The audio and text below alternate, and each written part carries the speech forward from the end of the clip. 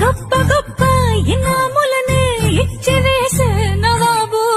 నన్ను మాత్రం చిన్ని చిన్ని ముద్దులడిగే గురువు